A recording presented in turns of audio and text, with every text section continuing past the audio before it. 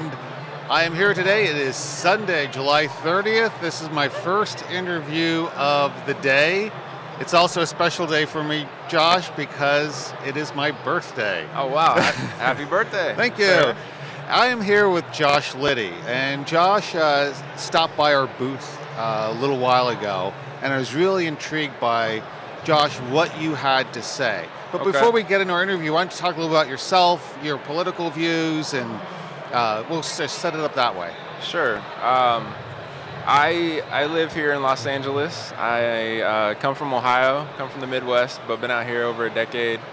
My political views are, I don't align with either party, so I'm more independent/libertarian. So you eat alone a lot? I guess, yeah. It's hard to find people that, don't just automatically categorize themselves right in one direction or the other. Because they feel, well, if I'm a liberal, I need to espouse this, or if I'm a Republican, I need to be for this. And it's the difficulty I find, Josh, is getting that nuanced conversation where you can get beyond what John Michael Greer calls a snarl word. Yeah, there's not a lot of wiggle room for disagreement with a lot of people. It's either, with the party system, it's like they have all their issues, and if you get knocked out of line on any issue, you're automatically viewed as an enemy sometimes. Right. Like I was wearing a shirt here yesterday. I don't remember exactly what it said, but it was essentially, I support gay married couples' abilities to protect their marijuana plants with guns. And the guns got some people, so and the gays got people the were other. like reading it. I got numerous people stop and like, they were perplexed by the shirt. Like, what do you mean? Like, how is it possible that you support gay marriage, guns, and marijuana legalization? They can't put all three issues together because like the party systems have those issues broken up. So if somebody comes along and supports all three, it's like, well, where did you come from? Yeah, it's interesting. Like in my county, I live in Lancaster County, Pennsylvania, in the city of Lancaster, and there's a pipeline coming through. And the people you would expect to be for the pipeline are like, wow, you guys, stop driving your cars, and what are you going to heat your gas with? And I'm like, no, it's about, these are homeowners who are threatened by this pipeline. These are people whose way of lives are threatened by this pipeline, and that's what they're choosing to defend. Don't you think that's a good idea? And you can just see the cognitive dissonance going off in them. And yeah, it's hard, but if you can ever get beyond it and be able to have that nuanced conversation, it's you might actually be able to pull some people and have them look in the mirror kind Well, of thing. conversation is the only thing that really bridges those gaps. That's why I'm so frustrated by what's going on since Trump's been elected, because like, again, I'm not a big fan of his, but at the same time, all we've heard about is Russia for 6-8 months, and it all comes out of the fact that he just wanted to talk to him. Right. He wanted to have a dialogue with Putin, and it's like, the powers that be can't let that happen, so he's been demonized and it's turned into all these accusations. So tell me about the panel discussion you attended yesterday that was where neocons were literally being cheered by, quote, liberal Democrats. Well, yeah, I mean, I attended numerous panels yesterday, and, Bill Kristol was at one of them, David Frum was at another. Bill Kristol's been a warmonger for decades. Frum's like a former Bush Cheney speechwriter, and these guys are saying all these anti-Trump things, and they're just getting standing ovations from liberals. Yeah, these are guys that took us into the Iraq War. Absolutely. I probably count on two hands the number of protests against the Iraq War that I attended, and yet the people that I attended with are now cheering these warmongers. Yeah, the last panel, like I was telling you, the last panel was specifically on Russia, and it was David Frum and Ed Asner, and I'm guessing the entire room was 95% Democrat, because it was all about what Russia has done to hack our election and install Donald Trump. I'm glad Ed was there. Yeah, and he was going along with everything, but the crazy part is David Frum is up there, and literally almost everything he said, and he was being very specific with his accusations. Ed Asner was going along with the Russia line. No, so I apologize. Not Ed Asner. Okay, right. That's why I said I'm glad that Ed Asner was on the stage. Robert Reiner. Okay. Sorry, right. I just attended a panel with Ed just an hour ago. So scratch that. Robert Reiner. Okay, gotcha. But David Frum, almost everything he said, he was being very specific with his accusations with no proof, and these liberals were eating it up. And I'm thinking, I really hope they go to Q&A so I can stand up and just remind people that, this is the same guy that sold us the Iraq war based on faulty evidence that didn't exist, that was made up. This is the same guy that justified torture. This is the same guy that has justified the spy grid NSA state that we now live under. And you guys are cheering him as if he's the greatest thing since sliced bread, only because he aligns with your opinion on Donald Trump.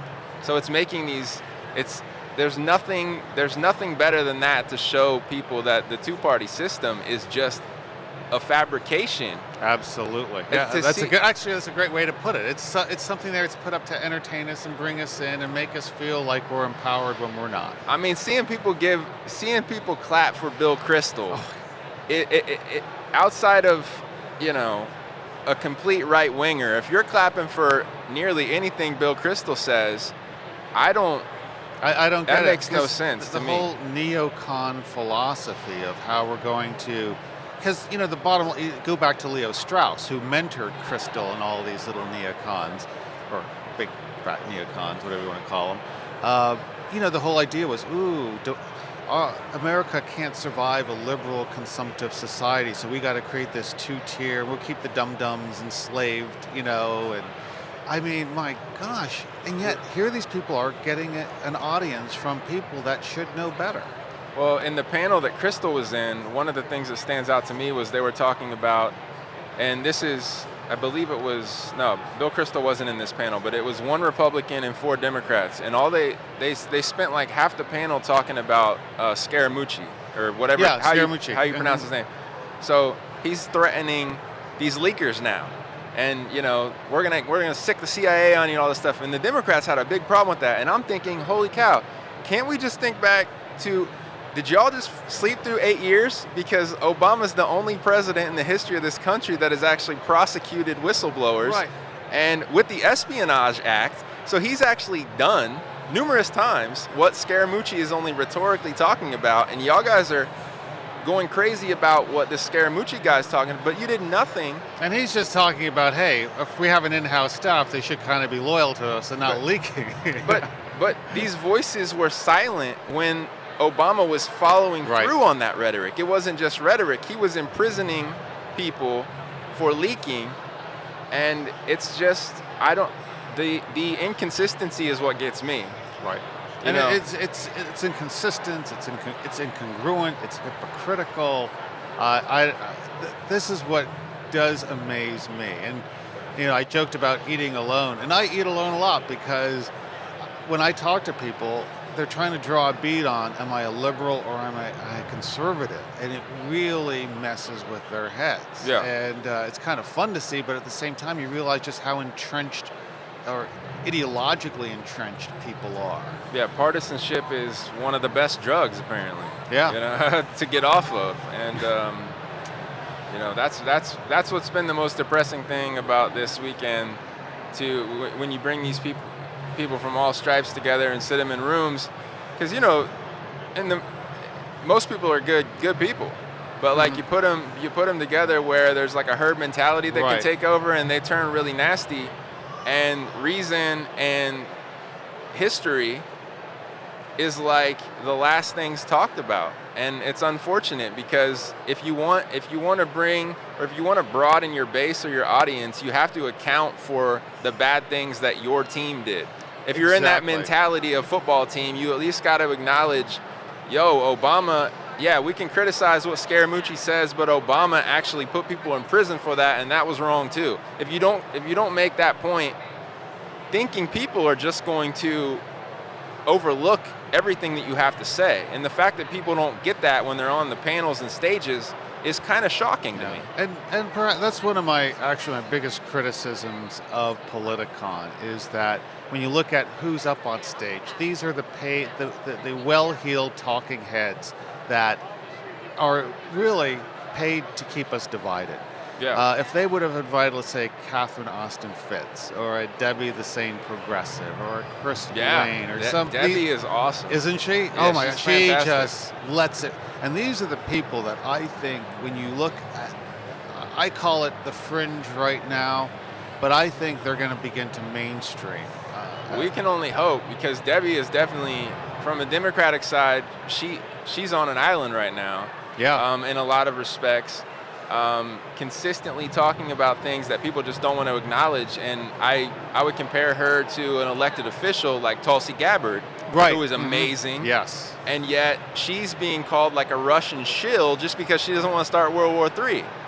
So I love like Tulsi Gabbard, I love Rand Paul, I love Dennis Kucinich, Ron Paul. These are the people that, the ways that they think we need more of. Yeah, and frankly, I'm not a big Rand Paul fan because I'm not, there's things about libertarianism that irk me, but I know where he stands. Absolutely. And I really believe that if you sat down with him and said, okay, here are the pros, the cons, we invest in this and we do this, we'll get this is the math, he'd probably go, all right, that's reasonable, let's do that, and I'll compromise here. There's a consistency there, and there's a genuineness. Yes. And he can...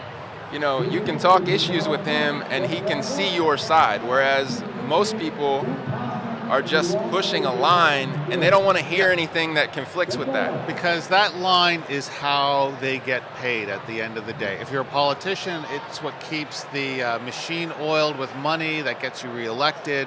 If you're a talking head, that's what gets you the next gig. I mean, I'm surprised by some of these people. They're getting recycled between Fox and MSNBC and CNN. It's like, okay, well, they carry the water. We just can't cut them loose. There's so much, I don't know if you're familiar with the guy. His moniker is KMO. No. He has for 10 years, he had a podcast called C-Row. C is for consciousness. Okay. And one of the most brilliant interviewers you'd ever want to sit down and listen to. I mean, really sharp, really on it with the subject matter, and can talk at a bunch of different levels on a number of topics.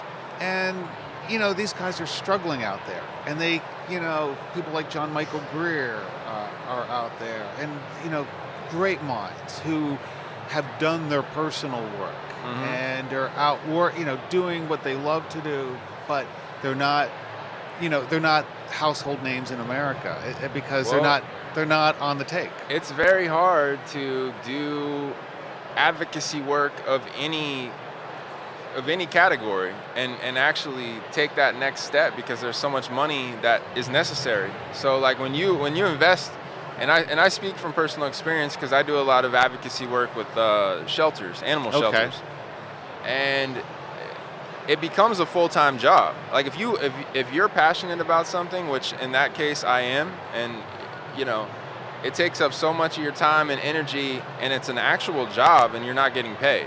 So you're relying on donations, and then it's like, well, here's this carrot, you can take the next step, but you have to change your views, and you can't talk about this, and you can't, oppose this, and yada, yada, yada. It's almost like they cut your speech out.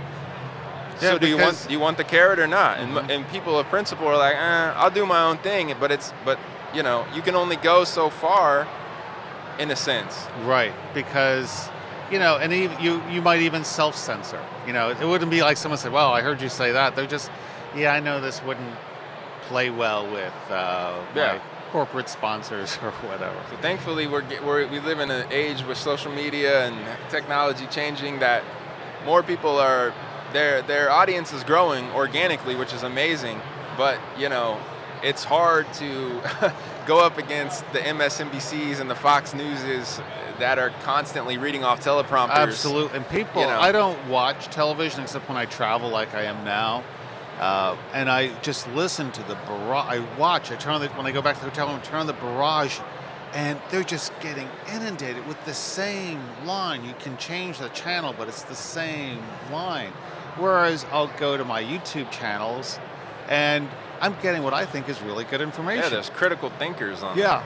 Whereas, like, you know, with either side of the coin, the channels, 90+% of what they're saying is the same stuff outside of football issues like gay marriage and you know, It's like everyone's given the same script and they just read from it. Yeah.